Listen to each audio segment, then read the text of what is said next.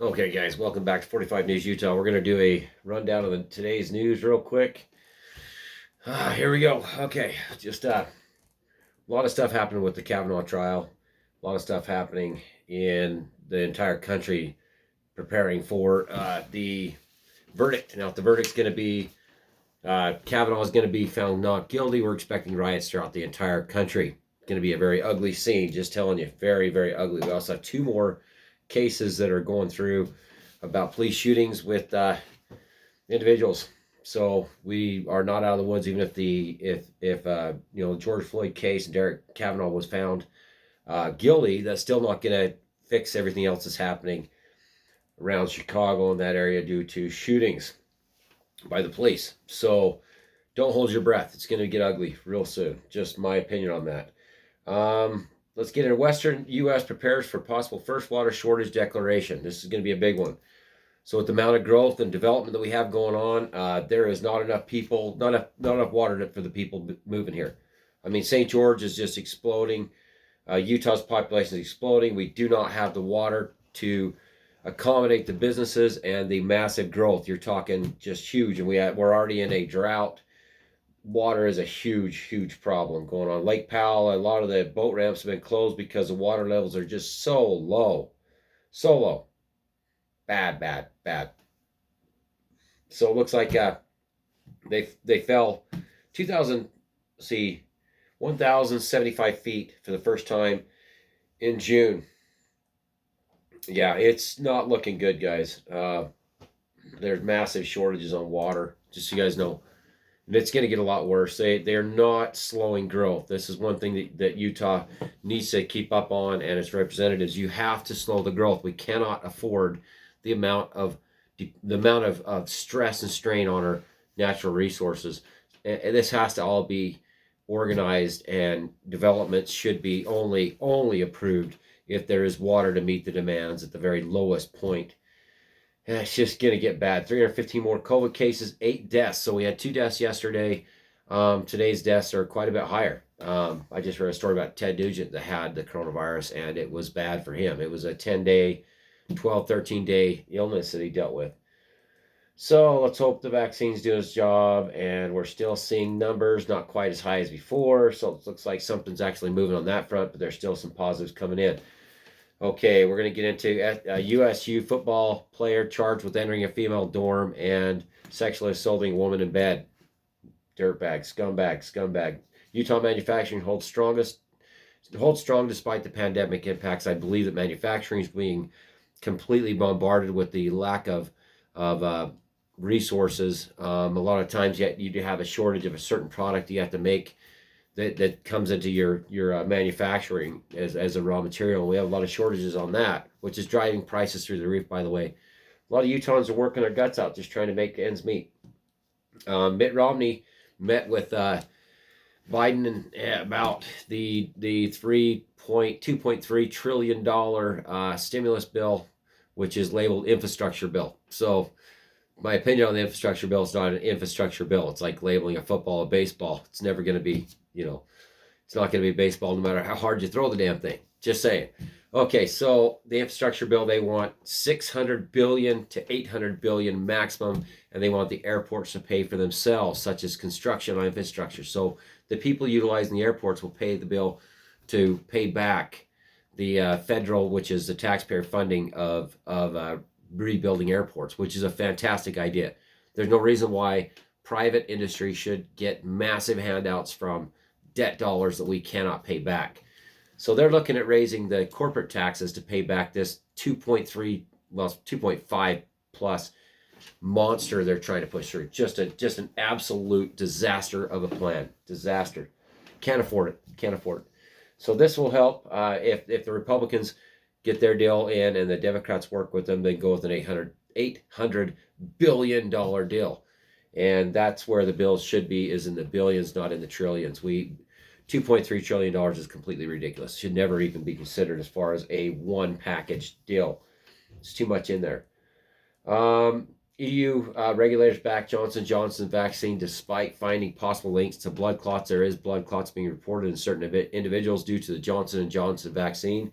But it looks like the European Union is now backing Johnson and Johnson. Just so you guys have a heads up on that. I will not mention much more because I don't want to be kicked off of the platforms. Activist law enforcement in Utah preparing for verdict in Kavanaugh trial, trial. So the Kavanaugh trial and the George Floyd trial is going to be a major milestone in this in our future. If we see this go to a small, not the full verdict, not where we have a guilty or not guilty of second, third degree manslaughter. I think we should be prepared for a massive riot season again, a continuation of what we had last year. That's all this is. So remember, we have 2 other trials that need to go through too with police shootings.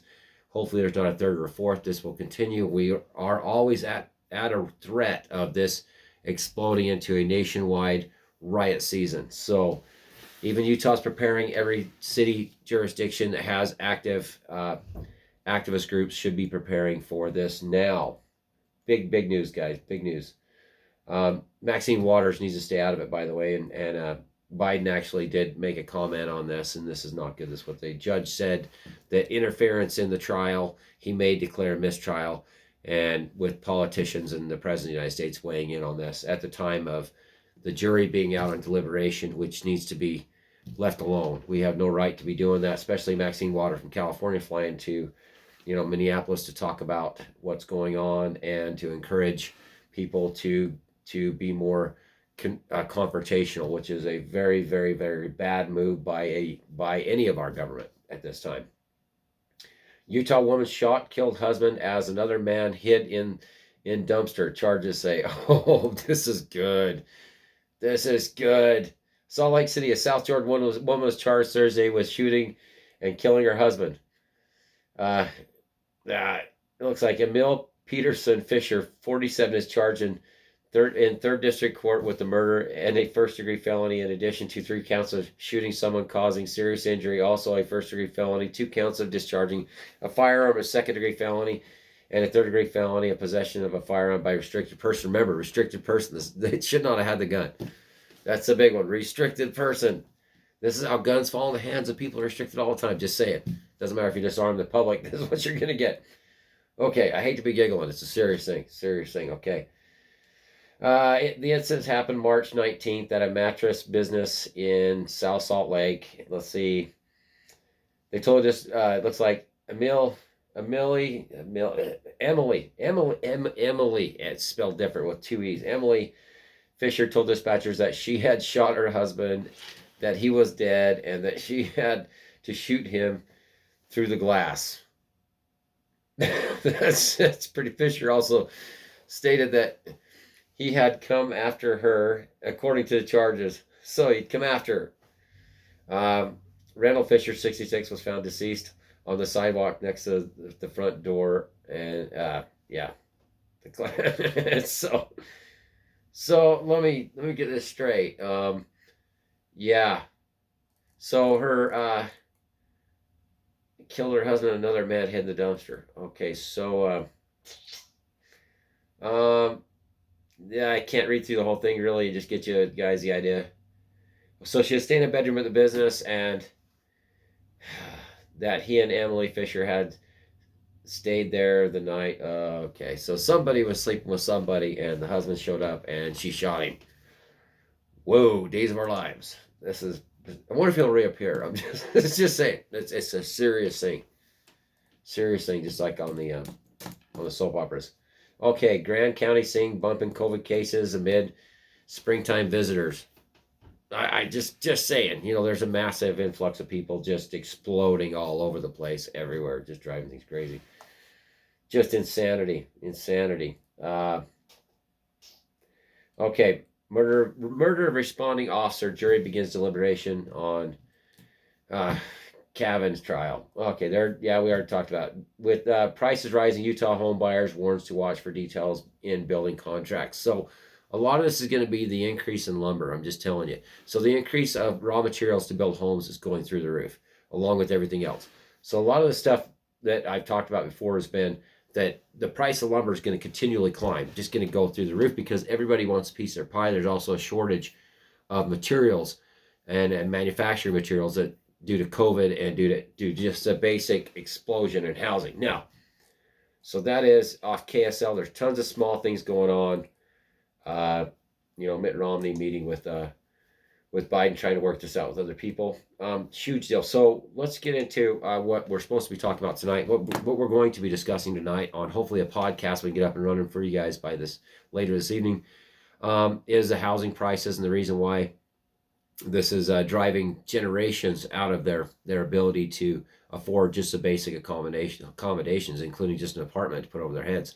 So the federal government is now offering $300+ per child as a stimulus a month. So a taxpayer picks up the bill for the rising, just out of control prices on homes, which is driving a market of insanity with cash buyers from the big cities. Now, if Kevin's found not guilty, okay, if he's found not guilty, there is going to be another wave of cash buyers hit the markets, which we don't have the water for this kind of construction. We never did. This is too many people too fast. There is not enough resources, and the lumber industry is just basically telling you exactly what's happening. We don't have enough resources. We're going to double the price, cause more stress on the local populations that can't work from home, because what's driving the massive this influx of people from the major cities is remote work, so they can they can work remotely from home now. So the deal was, so if everything goes back to normal, which we will never see a return to the 2019 time that we knew before, the economy is never going to be the same. No matter how hard we try, those days are gone, guys. They will not come back. It's not going to ever return. Remote workers are going to be spread throughout the country, driving prices up everywhere. So this is going to, the hawks are waiting, the vultures are waiting to sop up this money and to cause I'd say an emergency on the working population. It is a critical time for the working population. The food service industry, the people that are working the jobs, the manufacturing industry, people that are working these jobs are not going to be able to afford homes in the future. This is a huge class warfare going on in Main Street, small town America, and it will continue. The only cliff that we have that's going to stop this insanity is the stopping of these stimulus packages, stopping of this fake economy that's being pushed forward with trillions of your dollars, your money, your debt that cannot be paid back, shoved into this, devaluing the dollar, making things too expensive, which the wages cannot keep up. The wages cannot keep up. You're looking at triple-digit figures just to get into a home now. It's not fair for the working population, let alone just $1,300 a month for rent. This is what the news organizations, these media bobbleheads need to be talking about. They need to be bringing this up, but they won't, because the problem is they don't want to damage the massive money machine that's going into the pockets of a certain class of people. This gray area of people that are making mass amounts of money off the housing crisis. This is a crisis. The housing crisis is a complete and utter 100% crisis for the average working American. This is not going to get better. They're continually pumping fake money into the system, driving stocks through the roof, paying off debts, giving people money all over in these fake COVID bills. $1.9 trillion is enough to fund these hawks or these vultures for decades. Anyway, I better get off this. Thanks for watching, you guys. Hope you have a great day. I'm just going to come back with some more news, and I hope you enjoy. Please like and share and spread the word. 45 News Utah and WSM 45 News is our next adventure, and hopefully get back with you in just a little bit. Thanks for watching.